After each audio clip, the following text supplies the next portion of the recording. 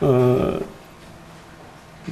안내 그 팜플렛에도 있지만 소개를 먼저 드리겠습니다. 첫 번째 기도의 정의에 대해서, 두 번째로는 이제 기도의 이유에 대해서, 세 번째로는 이제 기도 시 한 수 이제 읽어드리고, 그다음에 들어가기, 주기도문, 여섯 번째 기도 십계명, 일곱 번째 주기도 본, 여덟 번째 책임자 필수기도, 아홉 번째 주기도식, 열 번째 응답받는 기도 방식.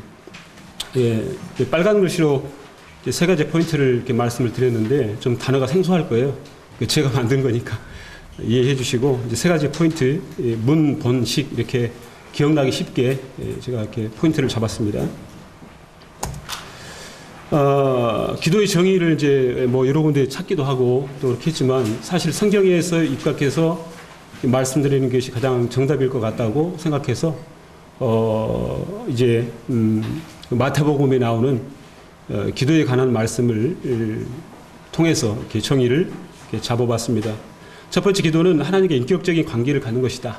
두 번째로는 기도는 하나님께 집중하는 것이다. 세 번째로는 하나님과 소통하는 것이다. 대화하는 것이다. 이렇게 기도의 정의를 이렇게 성경에 입각해서 이렇게 잡았습니다. 기도 근원은 뭐 잘 아시지만 우리 조지 뮬러 형제님께서 이런 말씀했습니다. 기도란 그리스도의 능력을 붙잡는 손이다. 이 참 이거 이의가 없죠. 우리가 다 동의할 수밖에 없는 일인데요. 고린도서 6장 7절에 이렇게 말씀이 있어요. 펴지는 마시고요. 거기에 우리가 진리의 말씀과 또 하나님의 능력을 의의 무기로 좌우에 삼고 이렇게 하거든요.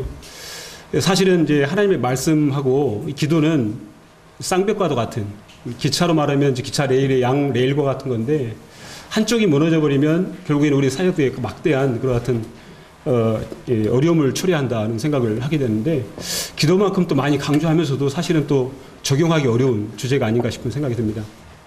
그래서 오늘은 이 기도에 관해서 좀 최대한 짧은 시간이지만 그 중요성을 함께 이렇게 나눠보기도 하는 거고요. 두 번째로 보니까 늙어갈수록 기도를 많이 하라. 죄송한 말씀입니다. 이런 낱말은 이건 이제 조지 뮬러 형제님이 하신 말씀이니까 제 말이 아니니까 오해하지 마시고요. 그렇게 해야 신령한 일에 냉랭해지지 않는다 했는데 이 단어가 좀 잘못됐어요. 냉입니다. 철자가 좀 잘못됐습니다. 그래서 기도를 이렇게 우리가 잃어버리면 마음이 식어지는 것 같아요. 영적인 어떤 일에 열심도 식어질 뿐만 아니라 주님을 사랑하는 그 마음 자체도 이렇게 냉랭해지고요. 형식적이 되고 사무적이 되기 때문에 굉장히 딱딱해지고 또 유연성이 없어지니까 기도라는 것은 참 우리 마음 부드럽게 하는 그런 것이다 생각이 듭니다. 뭐 이제 제가 원어는 모르는데 써진 걸 그대로 인용하자면 히브리어로 이제 뭐냐면 팔랄, 동사형에 따라서 심판하다, 처형하다, 생각하다. 사실은 이제 어떤 기도 그러면 이제 하나님 단순히 아뢰는 그러한 어떤 행위보다는 많은 생각을 하고, 또 하나님께서 이것을 어떻게 생각하실까, 어떻게 판단하실까, 이걸 적극적으로 하나님 앞에 갖고 나가서 나의 생각을 아뢰일 뿐만 아니라 하나님의 말씀에 부합되게 그렇게 아뢰는 것이 맞다. 그래서 기도라고 하는 것은 이 히브리어 언어를 보더라도 팔랄, 그래서 많은 생각을 하고 이 하나님의 그런 판단에 맡기고 그래서 기도하고 간구하는 이와 같은 뜻이라고 생각이 되고요. 그 다음에 이제 뭐 헬라어는 많은 이제 여러 가지 뭐 단어, 뭡니까, 이 철자 읽는 법이 있지만은 그냥 프로시메, 그냥 이렇게 저는 그렇게 있습니다. 프로시메. 그 프로스라고 하는 것은 앞에서라고 하는 뜻이거든요. 적극적으로 다가서는 이와 같은 뜻입니다. 그래서 아래다. 예. 아래는데 적극적으로 앞에 나가서 아래는 이와 같은 것이 이제 기도라고 하는 것이죠. 우리 하나님 앞에 적극적으로 나가서서 인격적으로 관계를 맺고 그분 앞에 말씀을 드리고 이렇게 하는 것이 이제 기도라고 이렇게 이제 말씀을 드릴 수가 있습니다. 기도의 정의는, 이유는 세 가지로 이렇게 생각할 수 있는데요. 포괄적 명령이다. 쉬지 말고 기도하라. 이렇게 이제 데살로니가서 5장 10절에 이렇게 말하고 있는데요.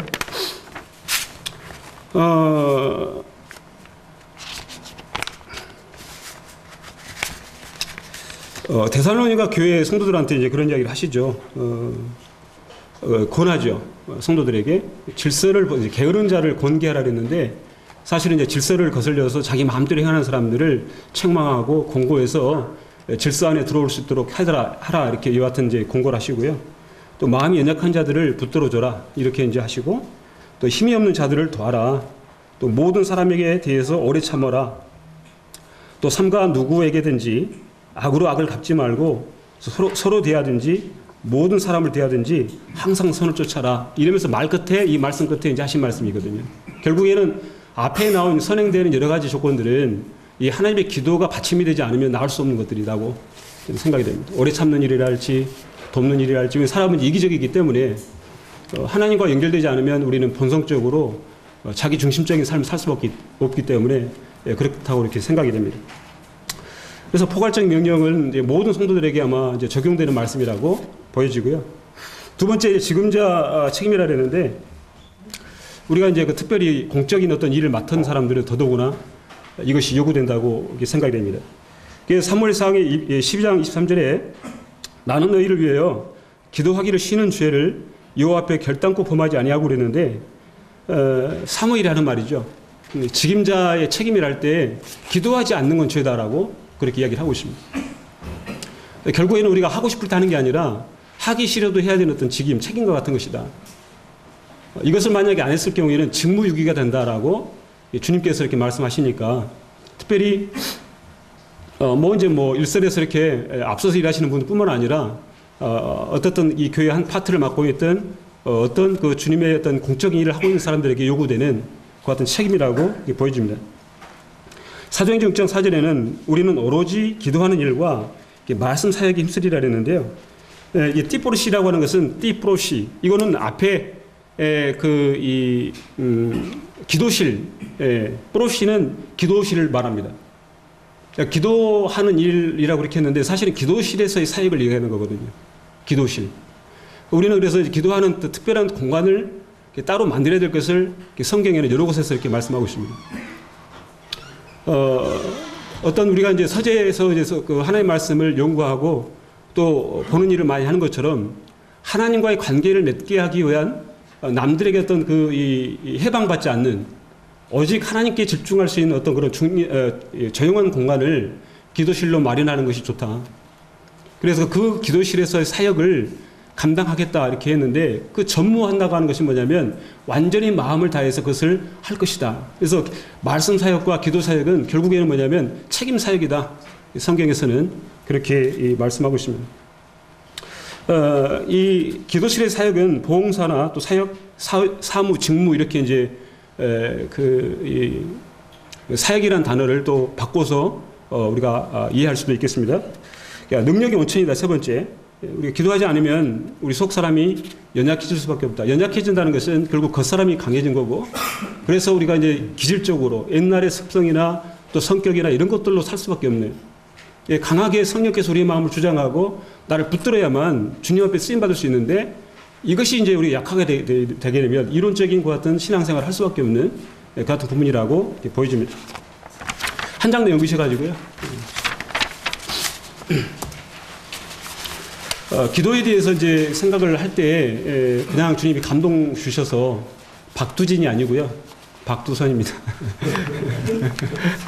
좀 너무 이제 약소한 거지만 제 마음에 있는 표현을 담아봤습니다. 기도, 위대한 사랑의 초대, 만지면 바스러질 듯 너무 작은 자에게 만물 붙든 손 낮추어 깃털 일렁일 만큼 세미한 소리로 나에게 오라. 사실은 그 기도라고 하는 것은 위대한 사랑의 초대다. 주님이 우리를 그 전진 앞으로 이끄시는 그 같은 부분이라고 이렇게 보여지는데, 우리 자신을 생각하면 너무나 작잖아요. 연약하고 그냥 만지면 이제 부서질 것 같은 낙엽과 같은 존재인데, 그 위대하죠. 주님이 우리 같은 사람들을 외면하지 아니하시고 거절하지 아니하시고 기꺼이 앞으로 다가서라고 하는 것은 이건 은혜로밖에는 표현할 수밖에 없는 그 같은 것이라고 생각되고요. 만물을 붙들고 계시는 그 능력 있는 손을 우리를 정말 만지면 부서질 것 같은데, 정말 온 힘을 다 빼서 겸손하게 낮춰서 나의 수준으로 오셔서 뿐만 아니라 너무나 작은 이 깃털을 움직이는 아주 작은 그런 이 바람 소리로 우리 마음속에서 우리 양심에 다치지 않게, 인격적으로 이렇게 상하지 않게 그렇게 내 마음으로부터 자원해서 할 수 있도록 하시는 것이 기도가 아닌가. 이 기도라고 하는 것은 억지로 마지못해서가 아니라 정말 자원함으로 기쁨으로 즐거움으로 때로는 힘들지만 그러나 그 존전 앞에 갈 수 있는 그 특권이기 때문에 그래서 우리가 이 위대하신 하나님의 사랑의 초대를 받아서 그렇게 그 앞에 가는 것이다. 이렇게 저는 보여집니다. 그 다음에 이제 보시면, 이건 도표는 제가 이제 만들었는데, 도표로 보는 기도 양식인데, 보통 이제 기도 이렇게 하다 보면, 겉으로 나타나는 어떤 외면적인 부분을 많이 강조를 하는 것 같습니다. 이거는 기도를 보는 눈이다고 이렇게 도표를 아마 명명해도 좋을 것 같습니다. 그래서 맨 처음에 아우트라인 제일 큰 원은 형식. 그래서 우리가 이제 뭐 금식 기도도 하고, 때로는 뭐 합심 기도도 하고, 이제 여러 가지 기도도 하는데, 중요한 것은 뭐냐면 그걸 지속적으로 하나님 앞에 합당한 자세를 하는 게 더 중요하다. 우리는 어떤 어려운 일을 겪으면, 당하면 그때 기도하기 시작하거든요. 그래, 꾸준한 기도가 없이는 정말 주님의 그런 응답, 제대로 된 응답을 받기가 어려우니까. 그래서 평상시에 우리가 기도 실천을 적용을 하는 것이 이거보다 더 중요하다. 그래서 이제 뭐 때로는 40일 어떤 분들 기도도 하고 이렇게 하는데 지속적으로 짧은 시간이라도 끊임없이 주님 앞과의 관계를 맺는 게 중요하지 어떤 문제가 일어났을 때 그 문제를 해결하기 위해서 만약 기도한다면 그 기도는 결국에는 이 겉핥기식의 하나님을 영역을 맛보긴 해도 주님의 내면과는 전혀 상관없이 그렇게 될 수가 있기 때문에 그렇다고 생각됩니다. 내면 기도는 이 청결한 양심이 중요하고 또 그래서 이제 바른 이 마음의 자세. 그래서 이 세 가지 중에 가장 중요한 게 저는 이거라고 생각합니다. 가장 작게 보이지만 우리가 청결하고 양심적이고 잘못됐을 때 버리고자 하고 이런 마음의 자세가 없이 열심히 기도하고 어떤 형식을 도입하고 이렇게 하는 것은 무의미하다. 사실은 가장 중요한 것이 내면의 기도다라는 것이죠. 그래서 이거를 세 부분으로 나눴을 때 주기도문, 주기도본, 주기도식 이렇게 나눌 수가 있습니다. 제가 나눈 게 아니고요. 성경에 나온 대로 제가 나눠봤습니다. 그래서 이제 이해하기 쉽게 그래서 주기도문 했을 때 우리가 이제 마태복음 이제 6장에 주기도문에 대해서 이렇게 나옵니다. 또 이걸 함축해가지고 누가복음 11장에 너희는 이렇게 기도하라 이렇게 할 때 11장 2절에 그렇게 이제 세 파트로 나눠서 말씀하고 있습니다. 그래서 이 앞에는 교훈적 마태복음은 교훈에 입각해서 기록했기 때문에 앞에 있지만 사실 누가복음은 시간적 흐름에 따라서 기록했다고 여겨지기 때문에 가장 중심에 11장에 나오는데 앞에 이제 예수님이 어떻게 기도했는지 7번의 기록된 그런 기도 행위를 통해서 제자들이 기도는 어떻게 하는 겁니까? 라고 물어봤을 때 11장에 나오는 거니까 앞에는 적용이고 또 번이고 뒤에는 이제 교훈. 어떻게 너희들이 기도해야 될 것을 그 지침을 한 7, 8가지 정도로 이제 그 11장 이후에 말씀하고 있는 걸로 보여집니다. 그래서 말씀을 여기에 보는 대로 마음의 자세, 적용하는 태도, 이제 기도하는 방식 이렇게 세 가지로 나눠볼 수가 있겠습니다. 자, 세 번째 이게 주기도문인데요. 아까 이제 정의는 기도에 대한 정의는 여기서 적용을 했습니다. 기도라는 것은 일방적인 나의 필요에서가 아니고 하나님도 필요하신 거죠. 우리가 사랑의 대상이기 때문에 나도 필요하지만 주님도 필요한 거죠. 상호간에 서로 필요하다. 그런데 이 순서는 이 하나님과의 관계다 그랬습니다. 아까 기도는 이제 9절을 옆에 보시면 5절 여기에 지금 마태복음 5장이라고 되어 있는데요. 6장입니다. 제가 잘못 표기를 했네요. 6장 5절에 외식하는 자와 같이 하지 말아라 이렇게 되어 있습니다. 보통은 이제 이방인들이 중언부언 한다 그랬는데 원어상에는 뭐 이교도들이 아무 뜻없이 반복해서 하는 말을 이제 그들은 기도라고 여기서 하는데 자칫 그렇게 할 수 있다. 마음 없이 그냥 그렇게 주님 앞에 나가서 기도는 해도 마음이 다른 데서 이렇게 가 있는 수도 있으니까 그래서 이 하나님과 관계는 이 마음으로부터 연결되는 거기 때문에 집중하고 정말 신경 쓰고 마음을 다해야 되는 이 관계적인 일이라는 것이고요. 자, 그렇기 때문에 정직하지 않으면 우리는 숨잖아요. 숨기게 되고 그렇기 때문에 관계가 안 맺어지네요. 사람과의 관계에서도 뭔가 숨기고 있으면 서로 간에 깊이는 교제가 안 되지 않습니까? 그러니까 하나님과 마찬가지도 정직이 사라져버리면 그렇다라고 여겨주게 되고요. 두 번째로는 기도는 하나님 앞에 집중하는 거라 이렇게 이제 순서상에 집중이라 되어 있는데요. 자, 집중한다는 것은 다른 말로 말하면 집중한다라고 저는 이렇게 생각하고 싶습니다. 그러니까 기도실에 들어가가지고 집중을 하는데 이제 일에 집중할 수도 있고요. 아니면 어떤 이 문제에 집중할 수도 있고 또 어떤 사람에게 집중할 수 있는데 이게 막 정신이 산란하잖아요. 그런데 이 하나님 앞에 집중하는 것, 이게 굉장히 중요하다. 우리가 이제 실패하는 요인이 아마 이런 부분이 아닐까 싶은 생각이 들고요. 내 골방에 들어가 문을 닫으라는 말은 어떤 조용한 곳으로 찾아가라 이런 말일도 되지만 하나님 앞에 집중할 수 있는 곳을 찾아라고. 왜냐하면 우리는 이제 환경에 영향을 받기 때문에. 그래서 아마 그렇게 말씀하신 우리를 위하여. 그래서 이제 그 기도할 때 보면 많은 이제 잡생각이 떠오르는데 이거는 우리의 일씀이 필요하다. 그래서 눈을 이제 아침에는 이제 잠이 방해 요소가 되잖아요. 막 졸리니까. 때로 많은 또 염려되는 일들이 방해 요소가 될 수 있는데 다 접어놓고 오로지 하나님 앞에 집중하는데 성경을 펴고 하나님 저한테 말씀해 주십시오. 저는 정말 주님과의 관계를 맺고 싶고 또 주님의 음성을 듣고 싶고 또 주님의 사랑을 제가 받고 싶고 이렇게 해서 그 말씀을 통하여 하나님 앞에 접근하는 것이 중요하다고 여겨집니다. 그렇게 될 때에 정말 그동안에 어떻든 마음 가운데 감동이 되지 않았던 그런 말씀들이 감동이 오고 또 교훈으로 받아지고 이러면서 그 하나님을 향한 신뢰감이 또 생기게 되고 또 찢어지고 상처났던 마음들이 봉합되고 치료되고 그렇게 해서 이제 그 주님을 신뢰함으로 기도할 수 있는 힘이 마음속에서 일어나서 기도하는 이 집중이 굉장히 중요한데 그렇지 않으면 산만하고 막 기도는 했어도 날 생각해보면 뭔 기도를 했는지 이런 기도는 전혀 효력이 없고 오히려 이것은 그 이방인들이 했던 그런 중언부언함 같은 기도에 받기에는 그런 것밖에는 되지 않는다 이렇게 생각이 됩니다. 자, 경청한다는 것은 그 주님의 말씀을 듣고자 하는 거고 또 이제 이 하나님의 말씀을 힘입어서 기도한다는 것은 대화하는 거고 말씀드리는 건데 결국엔 기도는 뭐냐면 듣고 말하는 대화의 형식이라고 하는 것이죠. 일방적인 것이 아니라고 하는 거죠. 그래서 제가 이렇게 볼 때 많이 참 어렵고 힘든 것이 아마 이런 부분인 것 같습니다. 내 말만 하는 거였죠. 하나님 앞에. 내 필요, 물론 교회는 주님의 일을 위한 거지만 어떤 면에서는 나를 위한 하나님 이것도 해주시고 저것도 해주시고 그 하나님 그것보다도 나는 너를 원한다. 너 마음을 원하고 너 사랑을 나는 원하고 이렇게 해서 개인적으로 주님과의 관계를 맺고 싶으신데 우리는 이제 뭐냐면 종처럼 그렇게 그냥 어떤 일에 매여서 그 일에 이렇게 하다 보면 마음이 막 산란해지고 어려워지고 영적으로 다운되는 이와 같은 일들이 거기서 아마 비롯되지 않을까 이런 생각이 듭니다. 그래서 이 세 가지는 기도하기 전에 우리가 어떤 태도를 가져야 될 것인지를 어떤 자세를 가져야 될 것인지 정직하라, 경청하라, 대화하라 이렇게 이제 이 기도하기 전에 우리가 가져야 될 마음 자세라고 여겨집니다. 자, 그래서 이제 그 내용을 볼 것 같으면 우리가 기도할 때 이 내용이 있지 않습니까? 이 세 가지 요소가 저는 이제 필요하다고 생각합니다. 첫 번째로는 하나님, 두 번째로는 앞에서 이제 필요의 란에 보시면 두 번째는 기도자, 세 번째는 타인인데요. 하나님의 필요 때문에 사실 우리한테 기도하게 하시는 거죠. 뜻이 하늘에서 이룬 것처럼 이 땅 가운데서 이루어지기를 원하는 것. 하나님이 계획하신 일이 이루어지기를 바라서 우리를 사용하고 싶으신데 결국 우리 기도를 통해서 하나님께서 하나님이 이루시기 위해서 우리 기도가 필요하고 또 기도자는 우리가 그 하나님의 일을 이루어질 뿐만 아니라 우리의 삶의 여러 가지 이 세부적인 부분들에 있어서 주님의 그런 도움의 손길이 많이 필요하죠.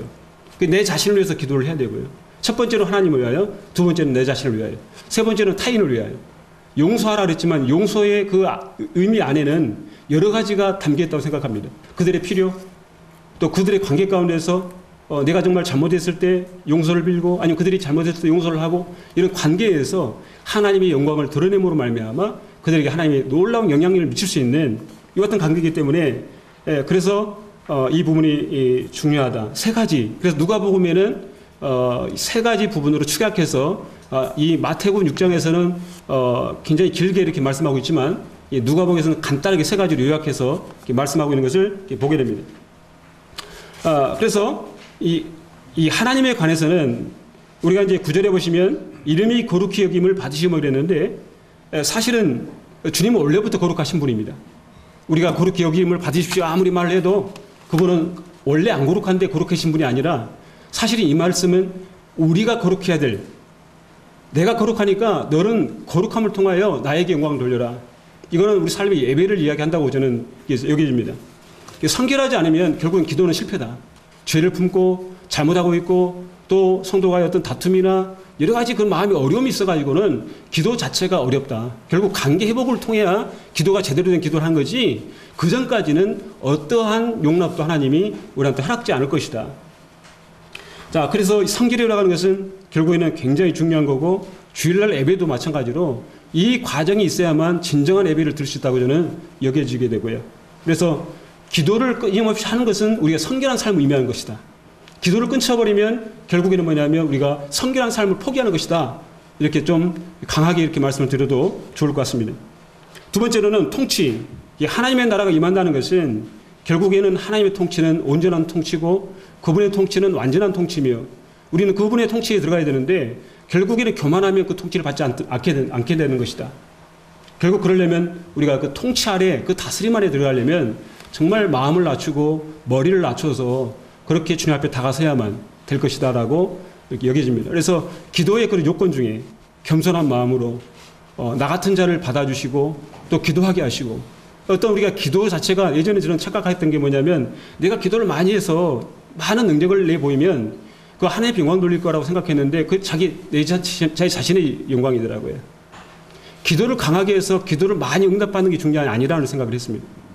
사실은 그래서 그 많은 기도 응답도 받았습니다. 뭐 죽은 사람도 살고 우리 처제가 그랬거든요. 그거는 다 알고 있습니다. 김진권 형제님이 사회 가실 때도 그 현장에서 봤습니다. 농약 먹고 자살하고 죽었는데 숨이 끊어졌는데 살았습니다. 그 이면에 수많은 기도 응답이 일어나는데 그때 당시에 제가 느낀 건 뭐냐면 내가 하나님을 경험하고 있다라고 생각했는데 전혀 아니더라고요. 그러니까 어떤 기도를 해서 어떤 사실이 이루어진 거는 그 사실이 이루어진 거지 결국 이것은 나와 하나님과 관계를 더 깊이 맺어줄 수 있는 것은 아니다고 그렇게. 왜냐하면 마태복음 5장에 보게 되면 거짓 목자들도 귀신을 쫓아내고 많은 능력을 행했잖아요. 그들이 기도 응답을 많이 받았습니다. 너 모른다 이렇게 할 수 있으니까 기도 응답을 많이 받는다 해서 주님이 많이 한다고 하는 공식은 절대 성립될 수가 없다. 이렇게 보여지게 되고 그래서 그 후로 이제 뭐냐면 굉장히 마음이 낙심되고 다운되고 하나님 제가 정말 주님 모르겠습니다. 그렇게 겸손하게 낮추고 이제 정말 주님 알기를 원하고 배우기를 원하는데 정말 저를 가르쳐달라고 그렇게 이 하나님 앞에 나가서 기도하기 시작하고 그렇게 했을 때 주님께서 저에게 이제 하나하나 이렇게 말씀해 주시고 깨닫게 해주시고 이런 관계가 이렇게 시작되었습니다. 어떻든 겸손하지 않으면 우리는 주님 앞에 다스림이나 통치를 받을 수 없는 상황에 있기 때문에 그렇다. 그리고 뭐냐면 이 성취라고 하는 것, 뜻이 하늘에서 이룬 것 같이 그러면 우리 순종이 필요한데 우리의 순종이 안 되면 절대 하늘에서 뜻이 이 땅에 이루어질 수가 없다. 누군가의 헌신과 희생이 돼야 그래야 주님의 뜻이 이루어지는 거지 거저 되는 일이 없더라고 하는 거죠. 한 알이 밀알이 땅에 떨어져 썩어야만 많은 열매를 맺을 수 있는데 결국에는 그렇게 우리가 순종하지 않으면 절대 우리는 어떤 삶에서 어떤 일들도 이루어지지 않는다는 것이죠. 세 가지는 선결, 겸손, 순종이다. 이 하나님을 향하여. 또 그 다음에 이제 공급, 자비, 보호리 기도자가 일용할 양식을 주옵시고 했는데 신뢰, 두 번째 성찰, 죄 지은 자를 사해 준 것 같이 끊임없이 자기를 살펴보고 교만하지 않는지 하나님의 자비를 구하고 이렇게 해야 된다고 여겨집니다.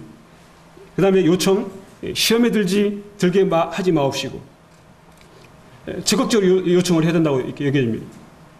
아무리 신앙생활 오래 해도 우리는 성정이 같다. 엘리야도 죄성을 갖고 있기 때문에 언제든지 넘어질 수 있고 언제든지 잘못할 수 있기 때문에 우리 마음 가운데 간절한 요청 하나님이 저를 돕지 아니하시면 저는 한 발짝도 진행할 수 없습니다.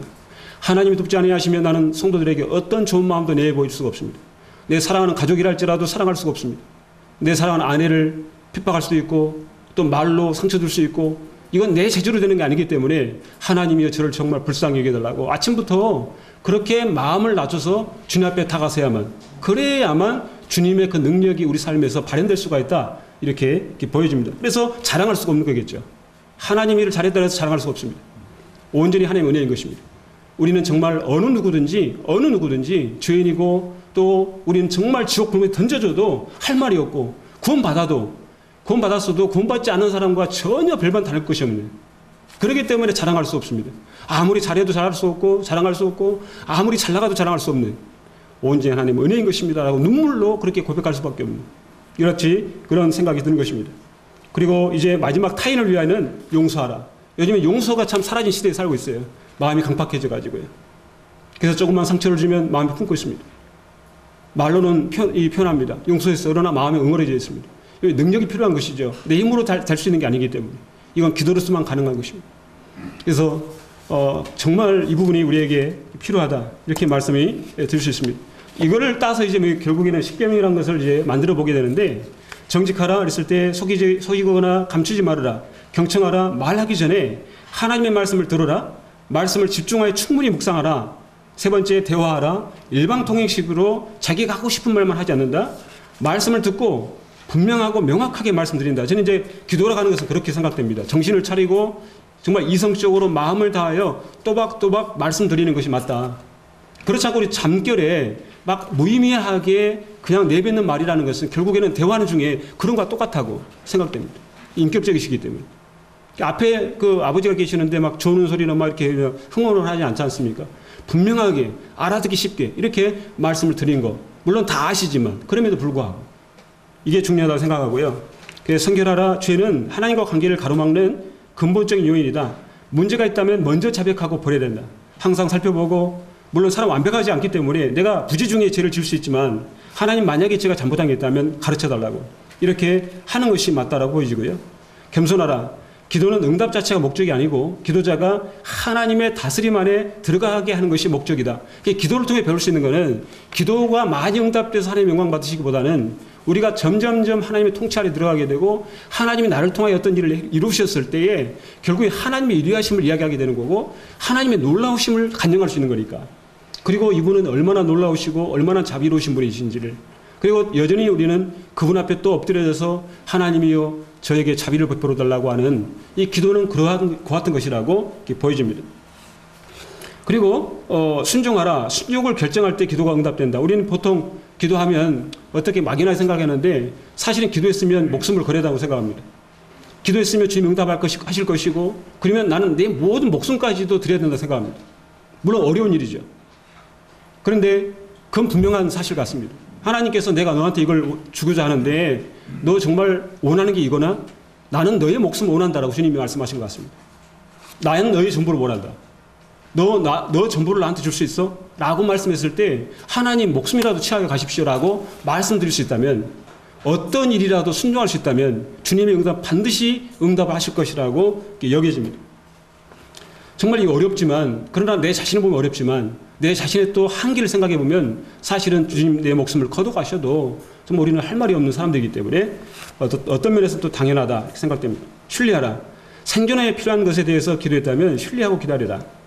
우리가 보통 이제 뭐 직장 생활할 때 뭐 막 기도하는데 보통 보면 막 발이 앞서서 막 자기가 다 해놓고 기도하고 그러거든요. 정말 마지막까지 기다리시더라고요, 주님은요. 마지막 끝에, 벼랑 끝에 가서 정말 이제 떨어지면 한 발짝 뛰면 죽는다 하는 데까지 기다리고 있는 거죠. 그럴 때 주님 역사하시더라고요, 보통 보면. 그렇기 때문에 끝까지 신뢰하는 거. 그래서 그 신뢰하지 않고 주님 믿지 않고 내가 막 움직여버리면 결국에는 주님의 역사를 우리 경험하지 못하게 되는. 그러나 그 벼랑 끝에까지 가서 내 목숨을 버려야 되더라고요, 결국에는. 그랬을 때 주님의 영광을 보게 되고 끊임없이 그렇게 역사하신 주님 보면서 왜 그러냐면 이건 내 힘과 내 재주로 한 게 아니라 온전히 하나님이 하셨습니다. 이렇게 고백받게 하시기 위하여 그렇게 하시더라고요. 그래서 신뢰하라. 성찰하라. 남을 비판하는 마음이나 판단하는 마음을 가지고 있다면 하나님과 소통이 어렵다. 하나님 선하시기 때문에. 하나님은 교만한 자를 물리치신다. 그래서 성찰하고 내가 정말 남을 위하여 향하여 그런 마음이 없을까? 혹은 시기하지 않을까? 혹은 비교하지 않는가? 혹은 다른 사람들이 나를 따라주지 않는다 해가지고 내 마음 속에 억울한 마음을 갖고 있지 않은가? 이렇게 해서 정말 그렇게 살펴야만 된다고 이렇게 해서 여겨지고 요청하라. 자신의 연약함을 알고 지의 힘으로부터 보여줄 것을 하나님 앞에 간절히 요청하라. 용서하라. 남을 받을 수 없다면 하나님이 나도 받지 않으실 것이다. 상대 100데나리온을 탕감해 줘라. 이렇게 됐습니다.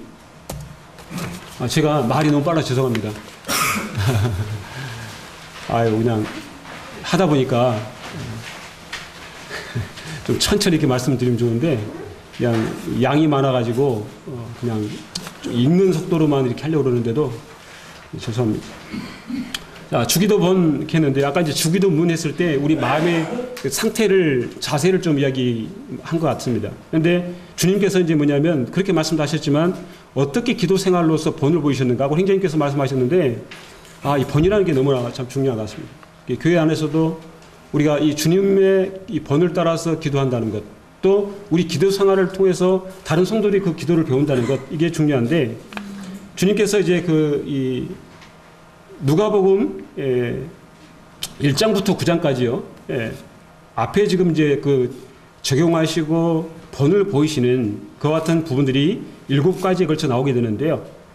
이 3장 21절에는 뭐냐면 침례를 받으시고 맨 처음 기도하셨는데 공생애를 시작하시면서 하나님 앞에 자신을 온전히 바치시고 서원 기도하시는, 아마 그렇게 생각됩니다. 그 목숨을 바쳤으니 하나님이 이 목숨을 주님 앞에 드리나이다 할 때 하나님께서 하늘의 문이 열리고 기뻐하셨다는 것이죠. 결국에는 우리가 이제 이렇게 서원 기도, 보통은 이제 사역의 어떤 부르심을 받거나 소명 받거나 했을 때 그런 서원, 이제는 내가 이 일을 할 때는 내 목숨이 주님 겁니다. 완전히 정말 죽음까지 내려가는 일을 겪게 하시고, 그러고 이제 뭐냐면 우리에게 내 인생 자체가 하나님 거다고 여겨질 때 비로소 우리에게 그런 사역의 길을 이렇게 허락하신 것이 아닐까 여겨집니다. 그래서 여기 계신 참 우리 존귀하신 형제님들, 그게 정말 마음 가운데 존경이 되고 일평생 그 일을 위해서 이렇게 드신 것이 너무나 좀 귀하고 이런 생각이 듭니다. 요단강에서 그렇게 했었습니다. 참 놀라운 것은 요단강을 이 이스라엘 백성들이 가나안 정복을 할 때 넘어가게 되죠. 결국에는 요단강이라는 것은 죽음의 강이고 내 모든 것이 다 하나님 거라고 하는, 내 자신을 포기하는 그 같은 강이기도 합니다. 그 다음에 두 번째 보니까 주님께서 기도했던 건 뭐냐면 이 복음 사역을 위해서 정시에 기도를 했습니다. 항상 아침에 일찍이 나오사 한적한 곳에 가셨다, 습관처럼 이렇게 또 표현하기도 하는데, 정시에 기도하는 거, 우리는 이제 이유가 많습니다. 바쁘기 때문에, 이러기 때문에, 저러기 때문에 이렇게 했지만 주님은 거르시지를 않으셨습니다. 그렇다면 우리도 거르지 않고 그 정시에, 물론 아플 때도 있고 정말 피치 못할 사정도 있습니다. 그러나 중요한 것은 어떤 그런 행위 자체를 율법적으로 지키려고 하는 게 아니라 가장 우선순위로 주님 앞에 다가서고 싶은 마음 때문에 가장 먼저 해야 된다고 여겨집니다. 특정한 장소라고 이렇게 하죠. 습관처럼. 그래서 우리도 주변에 특별히 나만의 기도하는 공간을 집이거나, 집은 조금 어려운 것 같아요. 왜냐하면 너무나 편안한 것 같아요. 그리고 쉽게 졸게 되고 또 많은 그런 잡다한 생각들이 들어오게 되니까 좀 떨어져서 예배당이랄지 아니면 또 특별한 어떤 곳을 딱 선택해서 그래서 가까운 곳에 고정적으로 가서 기도할 수 있다면 참 좋을 것 같다, 이렇게 생각이 됩니다. 그래서 그런 데는 뭐냐면 그 기도 끝에 뭘 하시냐면 다른 동네들로 가서 내가 복음을 전해야 될 거다, 이렇게 했습니다. 왜냐하면 거기서 이제 많은 사람이 왔습니다. 필요해서, 주님의 필요에 의해서. 우리 같으면 필요해서 왔기 때문에 그들에게 먼저 이렇게 할 것 같은데 주님 그들을 거절하시고 나는 다른 동네에서도 복음을 전해야 된다라고 이렇게 결정하신 것은 본인 독단적인 결정이 아니라 기도를 통해서 하나님의 그런 인도와 또 그 말씀을 듣고 하셨던 부분이기 때문에. 그래서 우리가 이것이 아침에 일찍 일어나서 어떤 일들을 결정하고 선택하고 할 때에 철저하게 하나님 앞에 의탁하고 묵고하는 것, 이게 정말 중요한 것이다. 주님께서 그렇게 하셨다는 것이죠. 세 번째로는 최선 기도라고 했는데 우선 기도라고 저는 이렇게 말씀도 이렇게 할 수 있습니다. 왜냐하면 5장에 보게 되면 이제 많은 사람들이 모여왔습니다. 소문을 듣고요. 그 이제 와서 고쳐달라, 이것 달라 하고 많은 사람들이 막 왔는데 주님께서 뭐냐면 그 말씀도 그들 해달라 그랬습니다. 놀랍습니다. 그런데 그 말씀할 것도 보류하시고 그 다음에 고쳐질 것도 다 이렇게 평가치시고 그 다음에 뭐랬냐면 가셨습니다. 기도하러 한적한 곳으로 갔습니다. 참 놀라운 거죠. 이것보다 중요한 게 없습니다. 말씀 전하고 사역하는 이 하나님의 이 일꾼의 이 사자에게 말씀 전하고 병 고치는 것. 그런데 주님은 뭐냐면 기도하는 것을 더 우선순위에 두셨다고 하는 사실입니다. 가신 것은 뭐냐면 한적한 곳으로 가신 것이죠. 기도하러 가신 것이죠. 그래서 우리가 가장 우선순위에 둬야 될 것이 바로 이 기도의 사역이라고 이렇게 보여줍니다. 그리고 이제 뭐냐면 산중에 이제 그 제자들을 이렇게 이제 선택하는 데 있어서 산으로 가셔가지고 이제 밤새 철야 기도를 하시는데 보통은 주님은 전지하시기 때문에 그 제자들을 잘 아시기 때문에 너 할 수 있을 것 같은데도 얼마나 중요한 사연이었는지 밤을 샜다고 하는 사실이죠.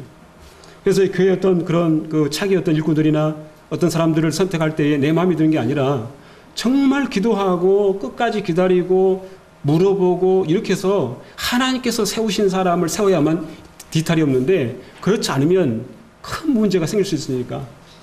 그래서 이 일인 정말 목숨을 걸고 해야 된다고 생각합니다. 앞으로 이 교회의 장래를 위하여. 그래서 정말 이 부분은 철야를 했다고 하는 것은 너무나 중요한 사안이었다. 주님에게. 그래서 그 12제자를 또 선택했는데 그 중에는 물론 가룟 유다도 포함됐습니다. 하나님의 뜻을 이루기 위한. 주님 마음은 참 안 좋으셨을 것 같아요. 선택할 때 하나님 죄는 아닌 것 같은데요. 아버지 저는 아닌 것 같은데요. 하나님께서는 선택하라. 이렇게 아마 했을 것 같습니다. 그러니까 의견이 충돌될 수도 있고 또 마음이 안 맞을 수도 있지만 그러나 하나님의 뜻대로 하시기 위하여 그렇게 했다라고 보여집니다. 그리고 이제 뭐냐면 축사를 했는데 하늘을 우러러 축사하시고 떼어서 제자들에게 줬는데 단순히 축사라고 저는 여겨지지 않고 먼저 하나님 신뢰하시고 감사하시고 모든 무리들에게 하나님의 영광을 드러내기 위하여 그 일을 하셨는데 결국 이 축사 이 기도가 하나님의 영광을 드러내기 위하여 모든 사람들에게 정말 이 하나님의 그런 신실하심을 드러내기 위한 이 기도도 너무나 중요하다라고 보여집니다. 그리고 뭐냐면 이제 제자들을 교육하기 위하여 제자들 함께 있었는데 너는 나를 누구라 하느냐 이렇게 하기 전에 주님 기도하고 계셨습니다. 그리고 물어본 것이죠. 결국에는 뭐냐면 예수 그리스도의 그 주되심 또 그리스도 되심이 사람의 지혜로 깨달을 수 있는 거 아니기 때문에 성령의 계시와 조명이 있어야 되는 일이기 때문에 그래서 우리 교육에 있어서 아무리 좋게 말씀을 잘 가르쳐도 성령의 역사가 없으면 아니기 때문에 정말 이 교육을 앞서서 얼마나 기도를 해야 될까를 아마 말씀하신 것 같습니다. 그 다음에 훈련했을 때 기도도 훈련인데 높은 산으로 제자들을 특별히 이 수제자 베드로와 요한과 야고보를 데리고 산으로 올라갔는데 그들이 주님의 영광을 보게 되죠. 결국에는 기도의 사역이 없이는 우리가 주님의 영광을 볼 수도 없고 주님의 정말 이 주되심을 알 수도 없고 그렇기 때문에 기도 사역은 너무나 중요한데 나 혼자만의 기도가 아니라 기도 사역에 동참할 수 있는 후진들 그들을 같이 기도의 장에 끌어들여서 기도 함께 하는 거 중요하다. 그런데 이것 참 어려운 게 없습니다. 억지로 하는 사람들은 어렵습니다. 자원하고 기쁨으로 하는 사람들이야만 가능한 일이기 때문에 그래서 그들을 데리고 이 기도하는 거. 그래서 우리가 이 앞으로 이 교회가 주님께서 일하시는 그 같은 것들을 보게 하려면 이런 그 생각이 조심스럽게 제 어떤 생각으로 말씀을 이렇게 드릴 수 있습니다. 그래서 이제 이 앞에 나오는 이 기도를 이제 그 기본으로 해서 이 필수 기도라고 하는 것을 이제 적어봤는데요. 소명 기도, 공적 부르심에 대한 확신은 기도로 말미암고 또 분명하고 확실하게 명쾌하게 하나님으로부터 응답이 된다. 이게 소명 기도라는 것은 그렇게 저는 생각됩니다. 제가 이제 사실은 이제 소명은 32살 때 받았습니다. 주님께서 저렇게 말씀하셨습니다. 그때는 단순해가지고 그냥 다 팽개쳐 버렸습니다. 직장도 팽개치고 그냥 뭐 다이렉트로 달렸는데 나중에 2년 정도 생각해 보니까 전혀 제가 주님을 모른다는 그런 결론을 맺게 됐습니다. 열심만 갖고 되는 게 아니라고 하는 것을 알았습니다. 그래서 제가 내릴 수 있는 것은 뭐냐면 하나님 저 주님 모르니까 다 내려놓겠습니다. 이렇게 해가지고 이제 뭐냐면 다시 직장에 들어가가지고 이렇게 이제 직장생활 하게 되는데 그런데 이제 뭐냐면 그 후로부터 20한 3년 정도 지나고요. 그리고 이제 제가 이제 전적으로 뭐냐면 매일 수가 없으니까 일용직을 할 수밖에 없었습니다. 그런데 이제 차를 고치는 일을 했기 때문에 그게 보수가 좀 괜찮았어요. 그게 한 달 정도 되면 한 500만 원 정도 됐어요.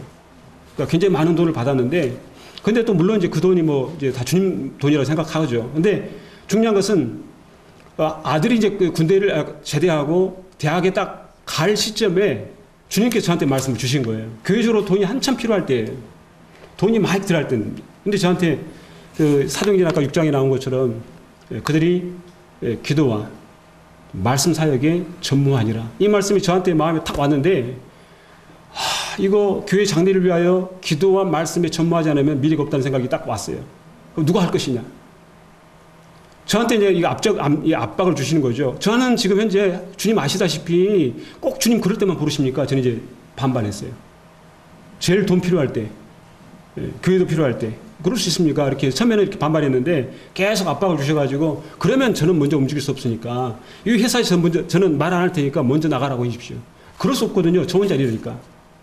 그리고 두 번째로는 교회에서 저한테 필요한 것에 대해서 이렇게 이야기하게 해주십시오. 그러면 제가 응답하겠습니다. 이렇게 했습니다. 그러면 제가 그것만 되면 제가 달려가겠습니다. 이렇게 했는데 놀라운 것은 그 기도를 하고 나서 일주일 딱 됐는데 그 회사가 뭐냐면 사장, 부사장이 중국으로 간다는 거예요. 그러니까 나오지 말라는 거예요. 희한한 일이에요. 그리고 나서 이제 저는 아무 말 안 하고 있었습니다.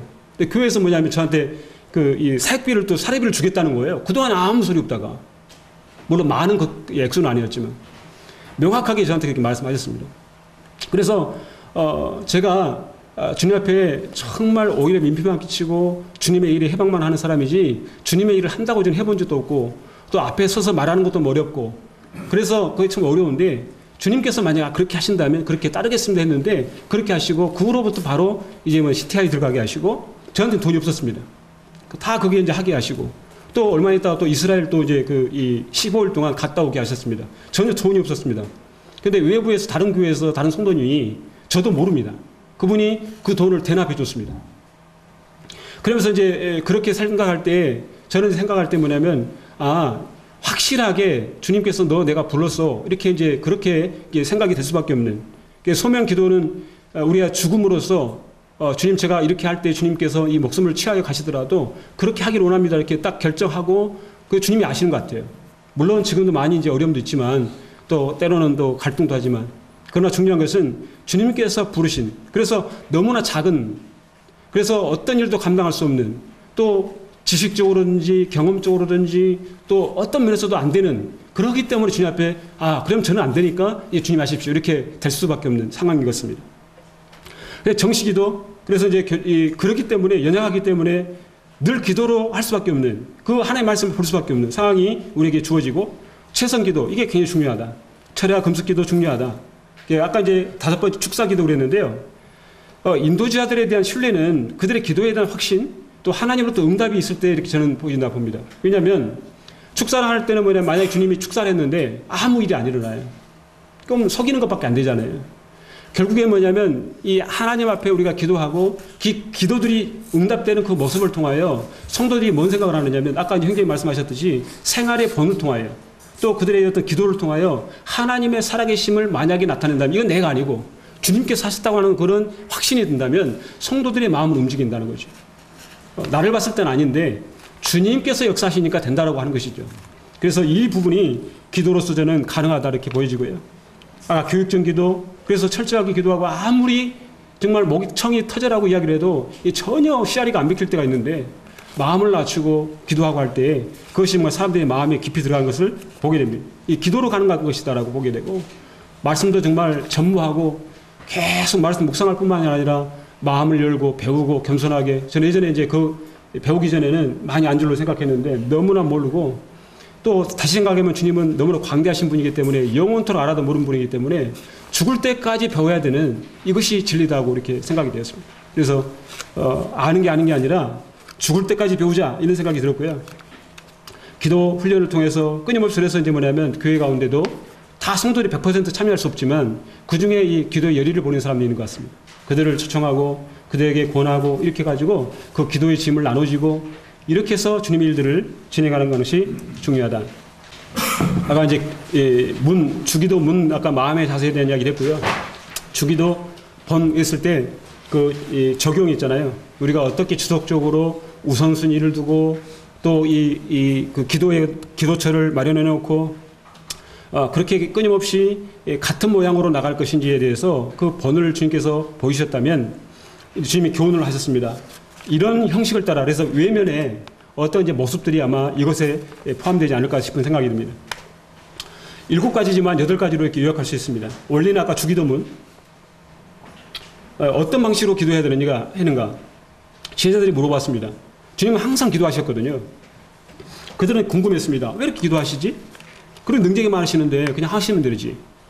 그래서 무엇을 위해서 도대체 기도하는지 물어봤습니다. 그럴 때 주님이 말씀하신 것 같습니다. 먼저 말을 하도 물론 하지만 정말 알고 싶을 때 그럴 때 교육의 효과가 크다 이렇게 보여지고요. 그래서 이제 너희는 이렇게 기도하라라고 이렇게 주님께서 말씀을 이렇게 하셨습니다. 아까 이제 3가지 원리 하나님을 위하여 본인을 위하여, 타인을 위하여 이렇게 세 가지로 요약할 수 있는데 시간 관계상 그건 넘어갑니다. 그 다음에 이제 환란 때 어떻게 기도해야 되냐? 어떤 과부가 끊임없이 요청을 했습니다. 도움을. 그런데 이 하나님 이 불의한 그 재판관이 무시했습니다. 너무나 어렵습니다. 이 과부는요. 환란입니다. 고통스럽습니다. 그런데 기도 응답이 안 됩니다. 그럼 낙심되죠. 그러니까 지속성을 이야기하는 것이죠.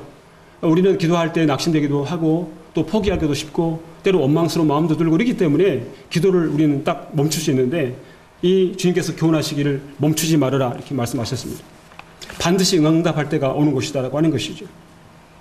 항상 기도하고 낙심하지 말아라 이렇게 말씀했습니다. 낙심하지 말아라. 환난 때 우리가 어떻게 기도할 것인가. 그 다음에 하나님 앞에서 어떤 자세로 기도해야 되는가 했을 때 바로 그 뒷면에 이제는 한 바리새인과 세리가 함께 성전에 올라가서 기도했습니다. 한 사람은 고개를 딱 들고 감사하며 기도했지만 자기의 행위의 근거를 두고 기도했습니다. 두 번째 사람은 자기 행위의 근거를 둘 수가 없었고 나는 죄인입니다라고 말할 수밖에 없었습니다. 그는 정말 이 겸손할 대로 겸손해진, 결국 이 겸손이라는 것은 자기 자신의 정말 이 밑바닥, 내 자신이 아닌 걸 알 때에 겸손하려는 게 아니라 겸손해져 버릴 수밖에 없는 우리 하나님 앞에서 그런 존재다. 그래서 긍휼히 여겨달라고 막히는 말할 수 없는 그 같은 상황인 것 같습니다. 그래서 우리가 이제 기도는 어떤 식으로 할 거냐? 너희들 막 긍휼히 하나님, 우리가 어떤 신앙생활을 잘하기 때문에 행동을 잘하기 때문이 아니라 근본은 나는 절대 변할 수 없는 하나님 은혜가 아니면 안 되는, 그렇기 때문에 오늘 역시 똑같이 나가더라도 그동안에 왔던 것 삭제시키고 다시 원점에 들어가서 하나님의 은혜가 필요한 사람입니다. 이렇게 기도, 끊임없이 그 긍휼을 구하는 기도가 중요한데 자기를 높인 자는 낮아지고 자기를 낮추는 자는 높아진다고 주님께서 우리를 낮출 때 주님께서 우리 가운데 가까이 하시는 것을 볼 수가 있는 것 같습니다. 성전은 어떤 용도로 사용해야 되는가? 그래서 이제 사람들이 비둘기도 팔고 또 양도 팔고 그랬습니다. 그래서 주님은 내 집은 기도하는 집이다라고 그렇게 천명하셨습니다. 결국에는 장소가 중요하다는 거죠. 물론 장소로서의 그런 어떤 중요성을 부각시키기 위해서 말씀한 건 아니라고 보여집니다. 그러나 장소도 무시할 수가 없는 것이죠. 이 성전은 너무나 중요하다. 이 교회가 너무나 기도하는 데 중요한 곳이다. 이 집은 기도해야 된다라고 말씀하고 있습니다. 그래서 장소, 기도에 특별히 우리는 많이 약화된 것이 뭐냐면 기도의 합심 기도가 너무 연약한 것 같습니다. 개인으로 기도할지 모르지만 그래서 모여서 함께 기도하는 것, 그룹을 지어서 기도하고 함께 모여서 기도하고 또 뭐냐면 작은 그룹별 뭡니까 교제하는 사람들끼리 기도하고 이런 것들이 결국에는 이 교회는 바로 기도하는 곳이라고 하는 것. 사람들은 내 요청, 내 바람을 이루어지는 것이 교회가 아니라 정말 기도하고 하나님의 뜻이 이루어져야 되는 이와 같은 그런 요구를 우리에게 하고 계시기 때문에 교회는 기도하는 곳이야 라고 성도들이 인식해야 된다고 하는 것이죠. 두 번째는 뭐냐면 말세에 항상 기도해야 되는 것. 자, 조심해라. 인자 앞에 서도록 항상 깨어 기도를 해야 했는데 그 앞에 뭐냐면 조심해라. 이 마음이 생활의 염려 때문에 둔해질 것이다. 했습니다. 그래서 이 항상 기도하라는 것은 물론 뒤에도 표현이 나옵니다만은 항상이라는 것은 거스르지 않는 것도 포함하면 내가 정시 기도를 한다고 했을 때 이거를 끊임없이 그 시간에 나가서 기도하는 것, 이건 항상에 포함된다고 생각되고 또 무시로 기도하는 것도 항상에 포함되는데 그래서 시간이 중요하다. 또 고난받을 때 어떤 기도해야 되는가? 이 만찬 기도하셨는데 고난을 앞두시고 주님께서 감사하셨습니다. 아마 제자들이 생각했을 것 같아요. 나중에 이거 어떤 의미였는지. 그런데 감사했는. 우리 고난을 앞두고 힘든 일 앞두고 어떻게 기도해야 될까? 그냥 하나님 나 힘듭니까? 어려웠습니다. 이렇게 말해야 될까? 아니면 정말 감사를 먼저 해야 될까 하는 것이죠. 감사 기도, 어떤 식으로 기도해야 할 것이냐, 어떤 시간을 드려야 할 것이냐, 어떤 장소에서 해야 할 것이냐, 어떤 태도를 해야 할 것이냐, 이렇게 어떤 외적인 형식을 여기서는 부각시켜서 말씀을 하고 있다고 보여집니다. 그 다음에 전심으로 해라 그랬는데 시험 대비해서 자, 시험에 들지 않으면 어떻게 기도해야 되나? 그러니까 유혹에 빠지지 않게 기도해라. 간절히 기도해라 했습니다. 전심으로. 그래서 이제 뭐냐면 우리가 너무나 연약하기 때문에 쉽게, 특별히 남자들은 그러잖아요. 또 교회에서도 그러고. 그래서 전심으로 하나님 앞에 아침에 부르짖고 기도해서 하나님 저 연약한 거 아시죠? 그래서 그 생활 속에서 다투거나 혹은 좀 미혹에 빠지거나 하는 일이 없도록 이게 기도 생활이 안 되면 내면은 또 썩어 들어가고 결국에는 양심이 무뎌지게 되고 죄를 범하면서도 별로 감각이 없어지네요.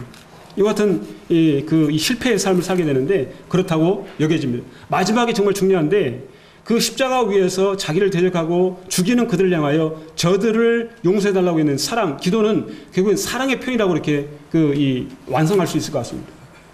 우리는 사랑이다. 나를 핍박하는 사람들, 어렵게 하는 사람들, 그게 하나님의 사랑하는 표현이다. 또 사람들을 사랑하는 표현이고 내 자신을 사랑하는 표현이라고 이렇게 보여줍니다. 나를 사랑한다면 기도해야 된다. 타인을 사랑한다면 기도해야 된다. 하나님을 사랑한다면 기도해야 된다. 이렇게 말씀드릴 수 있습니다.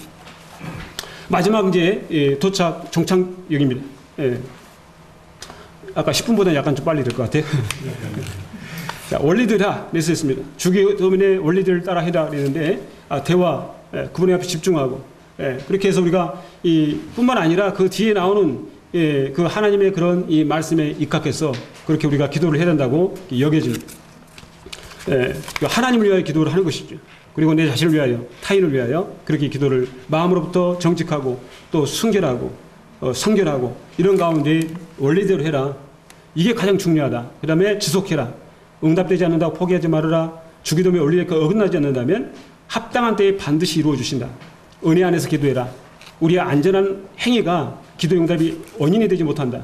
오직 하나님의 은혜로만 응답하신다. 예전에 제 기도를 내가 열심히 하기 때문이 아니고 내가 정말 거창하기 때문이 아니고 내가 말을 잘해서도 아니고 오직 은혜 안에서만 이제 이 응답이 된다고 하는 것이죠. 장소를 고려해라. 성도들이 함께 기도하는 것은 무엇보다 중요하다. 또 개인 기도실도 환경을 생각해서 선택해라. 정한 시간대 기도해라. 항상이란 말은 거스르지 않는 뜻을 포함한다. 그것은 믿음과 연관이 있다. 이렇게 말씀드렸습니다.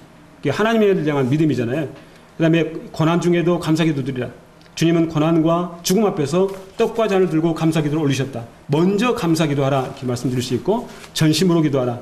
반복된 실패의 삶은 기도에 실패해 있다. 피 흘리기까지 싸운다는 것은 치열한 기도 생활을 뜻한다라고 보여줍니다. 그 다음에 사랑으로 기도해라. 미움이나 원망 또는 불평이 있는 마음 상태에서는 성령의 지지나 인도를 받지 못한다라고 여겨집니다. 그래서 어쨌든 기타는 뭐 기도의 범위나 기도의 깊이나 형식 또 이제 이렇게 여러 가지가 있는데 오늘 주어진 한계 안에서 여러분들에게 이렇게 말씀을 함께 나눴는데 참 경청해 주셔서 감사합니다. 감사합니다.